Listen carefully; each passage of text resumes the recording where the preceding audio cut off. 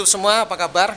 Semoga semua sehat, selamat semua, dan rezeki tetap lancar. Oke, ini kebetulan saya ada pertemuan dokter-dokter hewan karantina di seluruh Indonesia. Di sini ada Dokter Amri. Dokter Amri itu dokter hewan karantina yang kebetulan buka praktek. Jadi dia buka praktek di Jakarta dan pasiennya banyak. Hari ini saya akan bertanya kepada beliau tentang cara pemeliharaan anjing dan kucing dan segala macam seluk-beluknya tentang kesehatannya.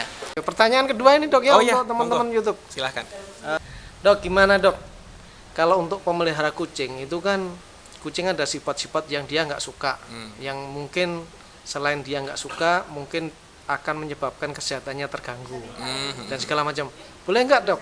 Ya teman-teman saya di YouTube bisa dikasih tahu dok, larangan-larangannya apa saja terhadap pemeliharaan kucing ini dok?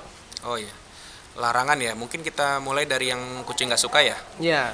Kalau misalkan yang pertama itu air ya. Kucing kan kita udah tahu kalau kucing itu sebenarnya nggak suka air. Jadi mungkin kita jangan misalkan ada kucing terus kita iseng siram gitu. Jadi pasti kaget gitu, pasti stres.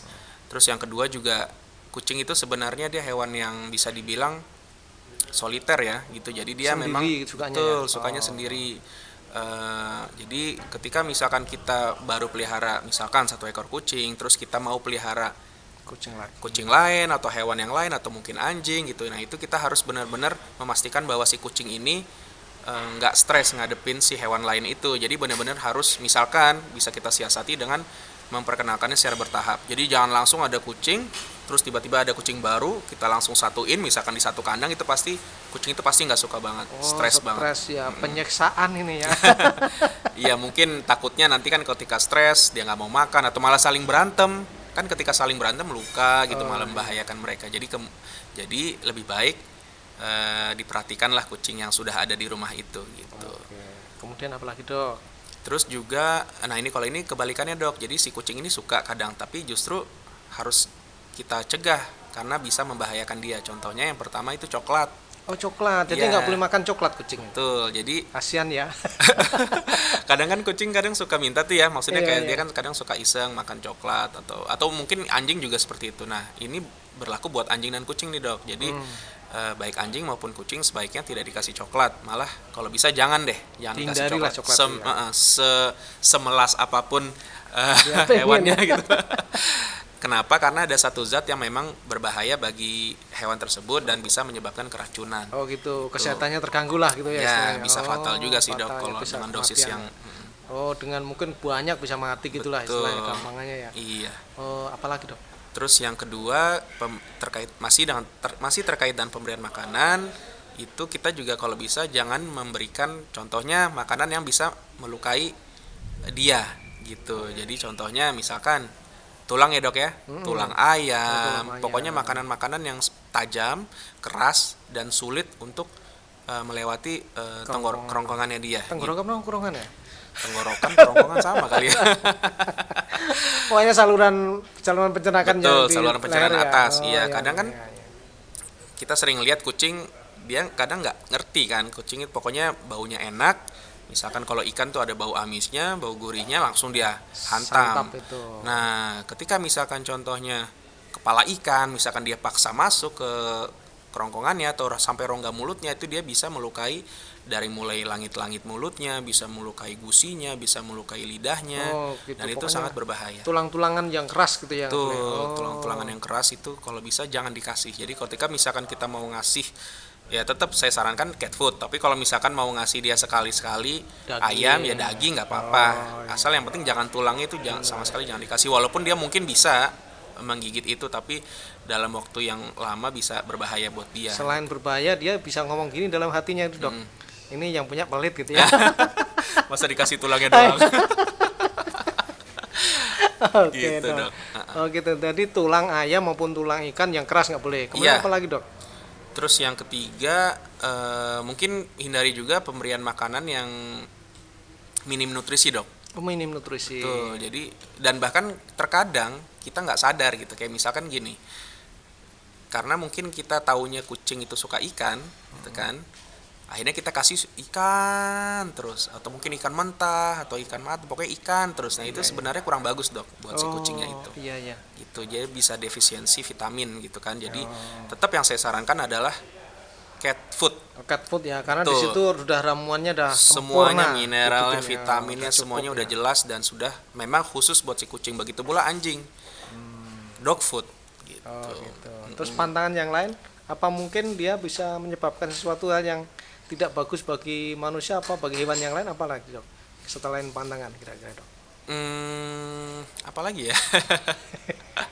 Nggak ada ya, beres aja ya. Iya, mungkin yang umum itu sih. Nanti kalau misalkan ada pertanyaan tambahan kan bisa di-share dari video Dari ini. komen ya. Di komen, tapi kurang lebih gitu. Yang pasti pelihara hewan anjing kucing itu selama kita mengikuti sifat-sifat sifat-sifat si hewan itu, insya Allah aman sih gitu. Karena kan Oke. pasti anjing maupun kucing kan pasti punya sifat-sifat alami itu.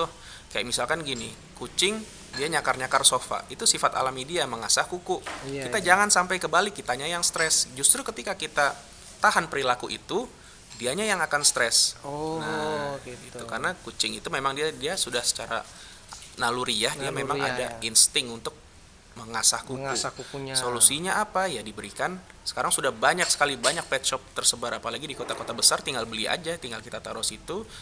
Akhirnya supaya dia punya media untuk menyalurkan sifat-sifat alami gitu. Jadi kita sekarang mungkin sudah saatnya untuk memikirkan tidak hanya dari segi kesehatannya aja gitu, tapi juga dari iya. kesejahteranya, animal Kesejahteraannya welfare-nya. dia. Ya sangat penting bagi hewan peliharaan itu untuk tetap bisa menyalurkan, Mengekspresikan. mengekspresikan diri, betul banget Dok Yono. Betul. Jadi mengekspresikan apa yang dia sifat alaminya ya. betul, karena gitu. banyak banget kasus di mana